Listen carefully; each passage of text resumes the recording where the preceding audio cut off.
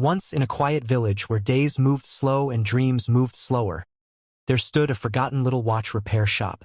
Its shelves were filled with dust, rusted tools, and rows of silent clocks that hadn't ticked in years. Inside the shop, an old man worked with gentle hands. People called him Baba Time. He never spoke much, but he always smiled, especially when fixing broken things. Villagers often asked, "Why do you waste your time on these old clocks?" He'd smile and say, "Even broken clocks are right twice a day." Most people chuckled, never really understanding what he meant.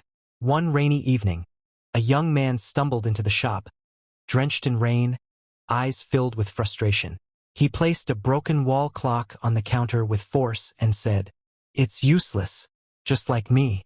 I studied, I tried, I failed. I have nothing left in me. Fix this clock if you can, because I can't fix myself." The old man said nothing. He simply picked up the clock, examined it, and began to work. The young man, tired and heavy-hearted, sat down and eventually drifted into sleep on the wooden bench nearby. Hours passed. When the young man woke up, the soft ticking of a clock echoed in the room. But it wasn't his. He pointed at the ticking wall clock on the shelf. "Wait, that's not mine. Why are you showing me this clock?" The old man smiled gently. "This one? No, this isn't yours. I've had it for years. Someone left it here long ago. Broken, forgotten, not worth fixing. But I kept it. I didn't know why at the time.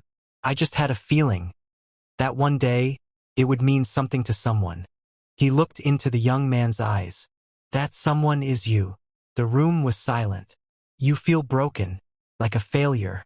But listen, diamonds are formed under pressure. Arrows are pulled back before they fly forward. And even clocks must stop before they can be repaired. This clock waited years to tick again, not because it wasn't valuable, but because its moment hadn't come yet. Just like you." The young man didn't speak, but something inside him shifted. Not loudly, not suddenly, but deeply. It wasn't confidence yet, but it was the beginning of belief. He picked up his own clock, but now he saw it differently. And more importantly, he saw himself differently. He whispered, "Maybe I'm not useless. Maybe I'm just waiting for my time." The old man didn't respond. He simply smiled and went back to work. Time passed. Life didn't magically become easy. There were still failures, rejections, and days filled with doubt.